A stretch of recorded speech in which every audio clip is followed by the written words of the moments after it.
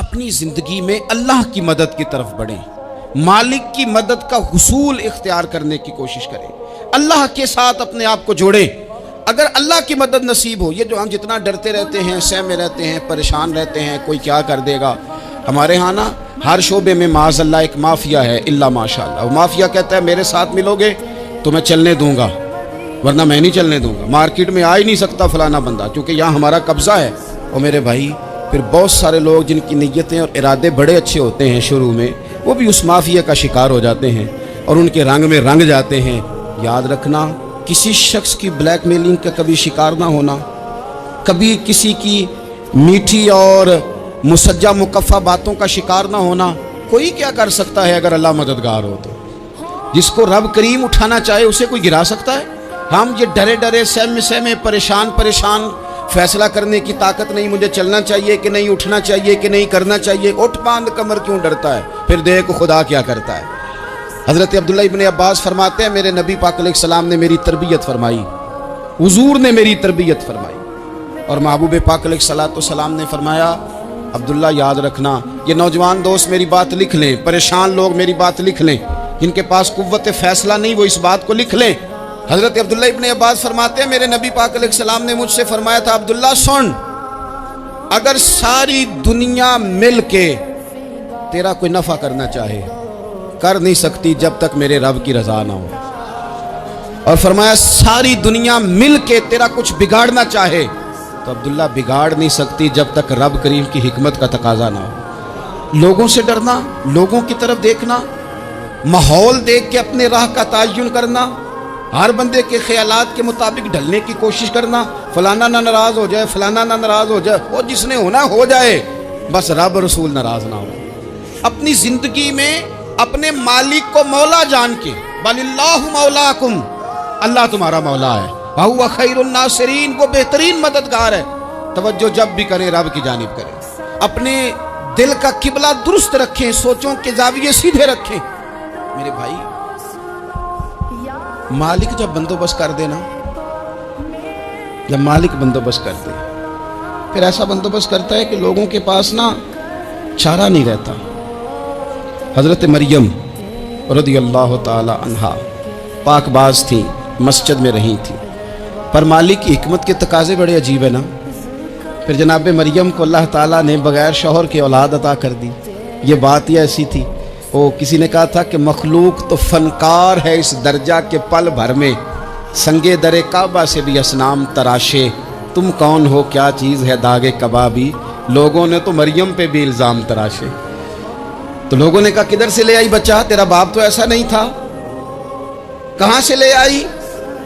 اللہ کرے میں آپ کو سمجھا سکوں، ذرا اپنے آپ کو وہاں کھڑا کریں کہ ایک پاک باز عورت، پاک باپ کی بیٹی، طیب ماں کی بیٹی، اور اللہ کے گھر میں پرورش پانے والی خاتون، ایک وہ وقت اور ایک یہ وقت کہ اس عورت کو کٹہرے میں کھڑا کر کے پوچھا جا رہا ہے کہ معاذ اللہ تیری گود میں بچہ جائز نہیں ہے، کہاں سے لائی ہے؟ اب خود سے صفائیاں بندہ کتنی کو دے، کتنی کو وضاحتیں کرے۔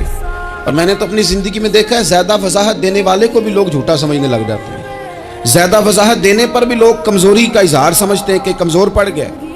آپ صلح کی کوشش کرتے ہیں، سامنے والا بزدل سمجھ لیتا ہے، زیادہ وضاحتیں بھی کمزور کر دیتی ہیں۔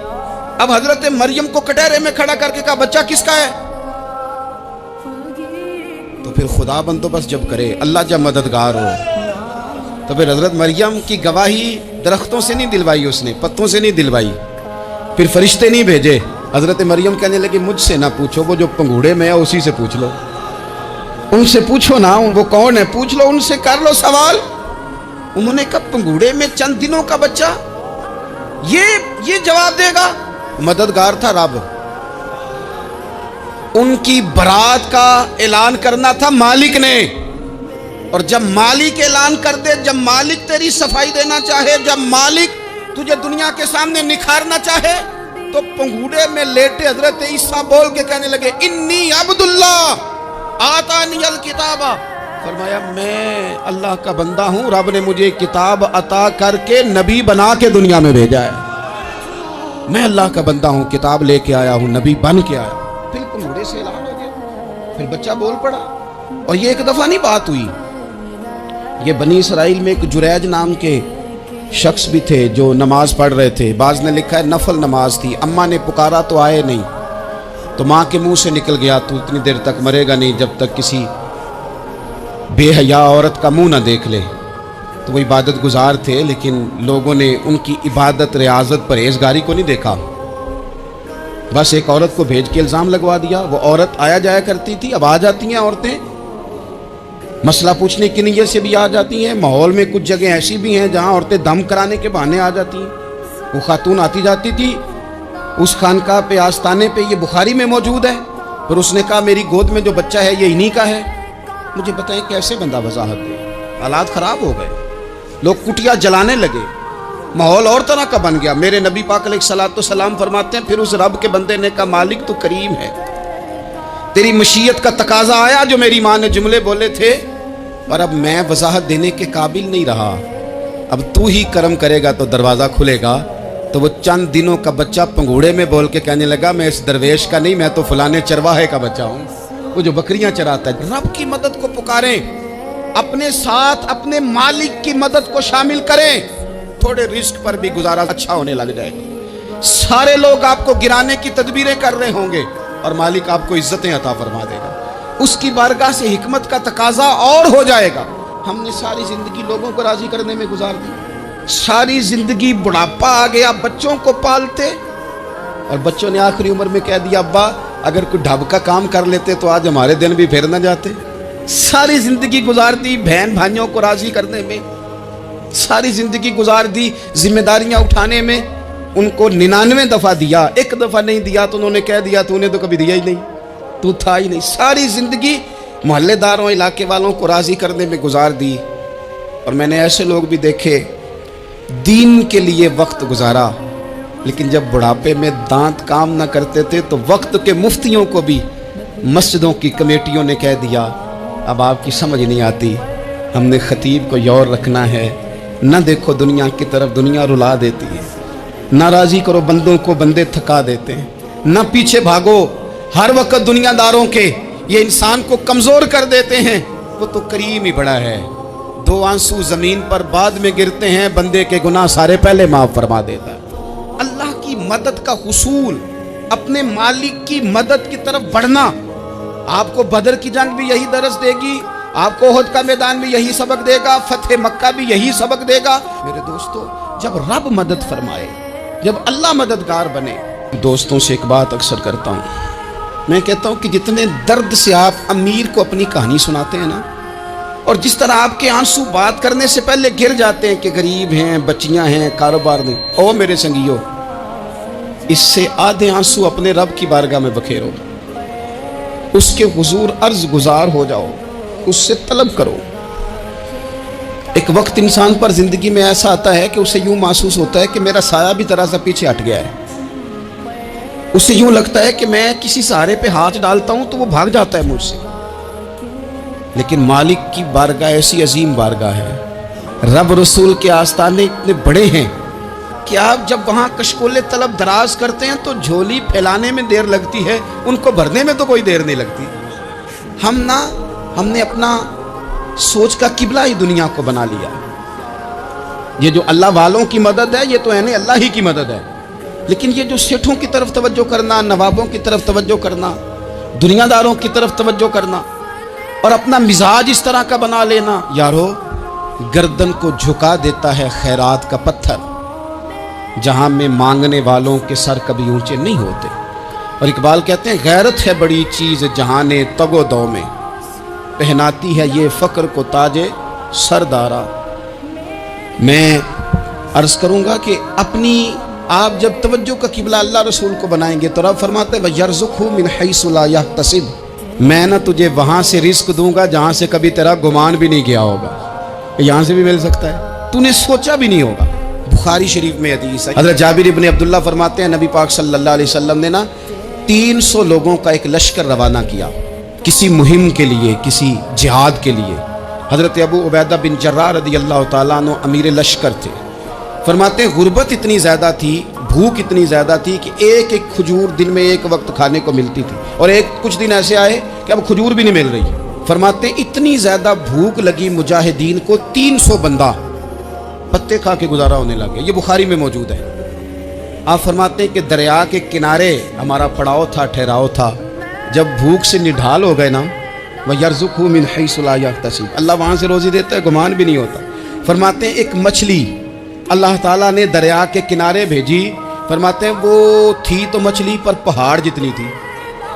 بخاری میں لفظ ہیں, حضرت جابر ابن عبداللہ رضی اللہ تعالیٰ عنہ فرماتے ہیں 300 آدمی 18 دن تک اس مچھلی کو کھاتے رہے, مچھلی ختم ہی نہیں ہوئی. مچھلیاں نہیں, مچھلی. کہتے ہیں 18 دن 300 بندہ کھاتا رہا, مچھلی ختم ہی نہیں ہوئی.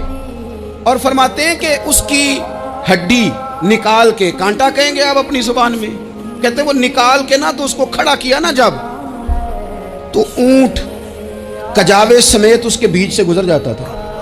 2 اس کے کانٹے جوڑے.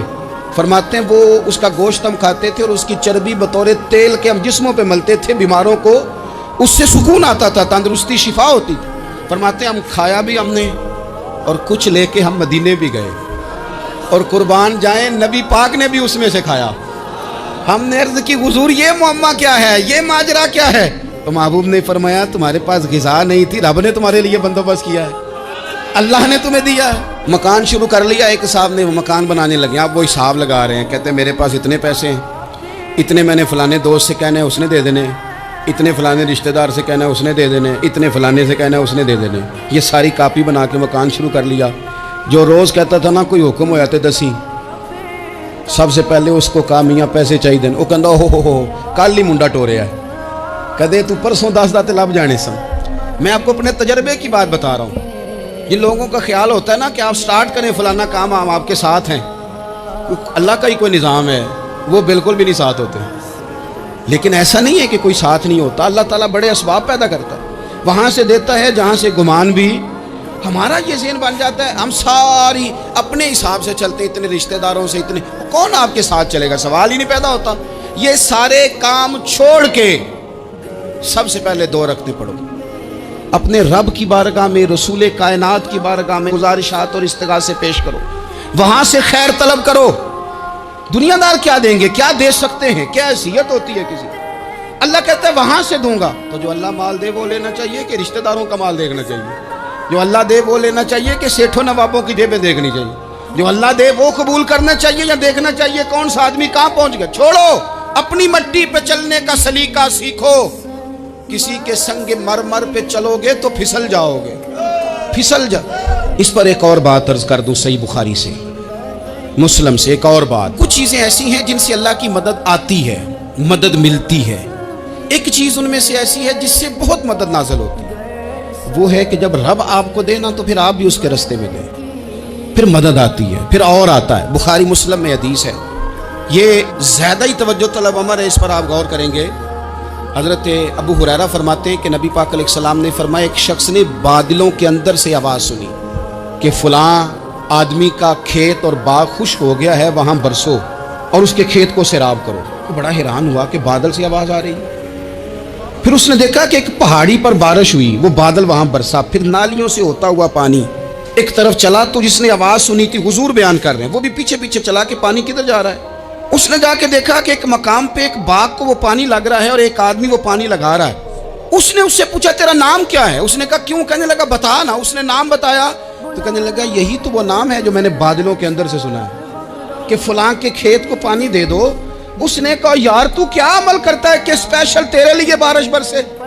یہ بخاری پڑھ رہا ہوں, سیاستہ سے حدیث عرض کر رہا ہوں. اس سے پوچھا تو کیا کام کرتا ہے کہ جناب اللہ تبارک و تعالیٰ کا حکم کرم آیا کہ خاص تیرے لیے پانی برسے اور تیرے کھیت کو سیراب کرے. تو اس نے کہا چھوٹا ذمہ دار ہوں, پر جب فصل اگتی ہے تو 3 حصے کرتا ہوں. ایک حصہ اپنے بال بچوں پہ, بہن بھائیوں پہ خرچ کرتا ہوں, ایک حصہ پورا, اور ایک حصہ دوبارہ کاشتکاری پہ لگاتا ہوں, اور تیسرا حصہ خالص میں نے مسکینوں, یتیموں اور غریبوں کے لیے رکھا ہوا. وہ جو تیسرا حصہ اللہ کرے آپ سمجھیں, وہ رب کے بندوں پہ تیسرا حصہ خرچ کرتا ہے نا, تو کریم مالک نے فرمایا جہاں سے غریب کا حصہ جاتا ہے وہ کھیت خشک نہیں رہنا چاہیے. وہ جہاں سے مسکین روٹی کھاتے ہیں وہ خشک نہ رہے. جہاں سے یتیموں کو کچھ آتا ہے کہیں اس کی فصل رہ نہ جائے. میں اور آپ بھی اگر اپنے مال میں مسکینوں یتیموں غریبوں کے حصے رکھ لیں گے تو فصلیں خشک نہیں رہیں گی, ان کے اندر تازگی آئے گی, نور آئے گا, کرم آئے گا, خاص کر خدا کی رحمت برسے گی. مدد اللہ سے چاہیں, اپنی توجہات کا مرکز رب رسول کی ذات کو بنائیں, پھر آپ محسوس کریں گے کہ بڑی جلدی اللہ تعالیٰ کی مدد آنے لگی ہے. کبھی آپ صرف کہہ دیں نا میرا رب میرے ساتھ ہے, اس لفظ میں اتنی طاقت ہے کہ دشمن ویسے زہر ہو جاتا ہے. زندگی میں کسی سے بھی لڑائی ہو اچھی طرح سوچ لیں کہ اللہ اس طرف ہے یا اس طرف ہے. اگر آپ زیادتی پہ ہیں تو پھر رب مظلوم کی جانب ہے. اگر اللہ کی مدد آپ کے ساتھ ہے تو دنیا کی کوئی طاقت آپ کو گرا نہیں سکتی. اور اگر آپ مظلوم کے مقابلے میں ظالم بن کے آپ کھڑے ہو گئے ہیں اور آپ نے رویہ وہ اختیار کیا ہے کہ جس میں مدد نہیں آئے گی, تو پھر یاد رکھ لیں کہ آپ کوئی بھی ہیں, کہاں بھی ہیں, آپ کمزور ہیں. طاقتور تھے ابتدائے اسلام میں, ظاہری طاقت تھی کفار مکہ کے پاس, وہ ڈنڈوں سے مارتے تھے غریبوں کو, ان کے ہاتھوں میں ڈنڈے تھے, پر خدائی طاقت ان مظلوموں کے ساتھ تھی. صاحب زرقانی نے لکھا ہے حضرت زنیرہ رضی اللہ تعالیٰ عنہ ایک لونڈی ہیں, غریب ہیں, ماڑے دا کی کام محمد نس جانا یا رونا, غریب سادی بی بی اور لونڈی کنیزہ, ایک مشرک کی کنیزہ تھی, انہوں نے کلمہ پڑھ لیا. وہ ڈنڈوں سے مارتا, دروں سے مارتا, تکلیف دیتا. حضرت زنیرہ رضی اللہ تعالیٰ عنہ کو اتنا مارا, اتنا مارا. اب آپ ایک اور پہلو پر بھی غور کریں, مار بھی پڑ رہی ہے پر خدا ادھر ہی ہے, اللہ کی مدد ادھر ہی ہے. رب کہتا ہے کہ پہلے تو صبر کرنا, ان اللہ مع الصابرین, تو صبر کرے گا تو پھر رب کی معیت ملے گی. ذرا ٹھہرنا, تو تھوڑا ڈٹنا. ان الذین قالوا ربنا اللہ ثم استقاموا تتنزل علیہم الملائکہ, تو کہے اللہ میرا رب ہے, پھر تو پہلے ڈٹ, پہلے تو نے ڈٹنا ہے. ثم استقاموا, جو ڈٹ گیا, تتنزل علیہم الملائکہ, ڈٹنے والے کے لیے مدد آتی. پہلے تھوڑا ٹھہرنا پڑتا ہے, پہلے تھوڑا صبر کرنا پڑتا ہے, حوصلہ کرنا پڑتا, اس کے بعد مدد آتی. مار پڑ رہی ہے, مارا جا رہا ہے. حضرت زنیرہ کو ان کا مالک جو ہے ظاہری آقا وہ مار رہا ہے, یہ کنیزہ ہے, اتنا مارا, اتنا مارا, ان کی بینائی چلی گئی, نظر آنا بند ہو گیا. ابو جہل آیا اور کہنے لگا زنیرہ دیکھا نا ہمارے بت تیری آنکھیں لے گئے, معاذ اللہ, لات و منات ہمارے بتوں نے تجھے اندھا کر دیا. اب ایسا نہیں ہے کہ بی بی روتی جا رہی ہے, روتی جا رہی ہے, مایوسی مایوسی, معاذ اللہ, پریشانی, غریبی بڑی ہے, پوچھنے والا کوئی نہیں, یہ باتیں نہیں. کیا جملے ہیں خاتون کے, کیا لفظ ہیں. ابو جال نے تنزیہ کہا, معاذ اللہ, کہنے لگا دیکھا نا ہمارے بتوں نے تجھے اندھا کر دیا. تو جناب زنیرہ آنکھوں کی بینائی گئی ہے, رات کو گئی ہے, دکھ ابھی تازہ ہے, لیکن اللہ پہ جو توکل ہے, اپنے مالک سے جو رشتہ ہے وہ اتنا مضبوط ہے, اتنا طاقتور ہے, اس میں اتنی گہرائی ہے کہ حضرت زنیرہ بول کے نا اتنی قوت سے بولی, اتنی طاقت سے بولی کہ پورے کفر پر لرزہ طاری ہو گیا. فرمانے لگی تمہارے بتوں کی کیا اوقات ہے کہ وہ میری بینائی لے جائیں, یہ میری رب کی حکمت کا تقاضا ہے. جب تک اس نے چاہا زنیرہ دیکھتی رہی, اور جب اس نے چاہا زنیرہ کی آنکھوں کی بینائی چلی گئی, اور اگر وہ چاہے گا نا تو بینائی واپس بھی کر دے گا. اگر ہو ذوق یقین پیدا تو کٹ جاتی ہیں زنجیریں, اگر وہ چاہے گا تو بینائی آ بھی جائے گی. حضرت زنیرہ نے رات کو یہ لفظ کہے, ابو جال اور سارے کفار ڈر کے سن کے چلے گئے. آپ اطمینان سے آ کے بستر پہ سوئی. جب سویرے اٹھی تو اللہ نے آنکھوں کی روشنی واپس کر دی تھی. آنکھوں کی اب چھڑی پکڑی ہے, بازاروں میں گھومتی ہے, کہتی ہیں بلاؤ کدھر ہے تمہارے نات و منات, دیکھو میرے رب نے روشنی واپس کر دی. آ کر میرے ساتھ ادھر آ, ستمگر ہنر آزمائیں, تو تیر آزما ہم جگر آزمائیں. بیمار لوگوں یاد رکھو, کہہ دیا ڈاکٹر نے کہ تو بڑا بیمار ہے, تو بڑا کمزور ہے, یہ ہو گیا وہ ہو گیا, تو ڈاکٹر اپنے علم کے مطابق بات کر رہا ہے. ہوگا تو وہ جو میرا رب چاہے گا. کمزور ہو جانا, پریشان ہو جانا, تکلیف میں آ جانا, پتہ نہیں بات ہو گئی ہے تو جانے کیا ہو جائے گا. اپنی زندگی کے اندر اپنے رب سے رشتہ مضبوط کریں, رسول کائنات سے رشتہ مضبوط کریں, اللہ والوں سے رشتہ مضبوط کریں. حضرت زنیرہ نے پیغام دیا کہ زندگی میں جو جینا چاہتے ہیں تو وہ رب کا نام لے کے جی سکتے ہیں. جو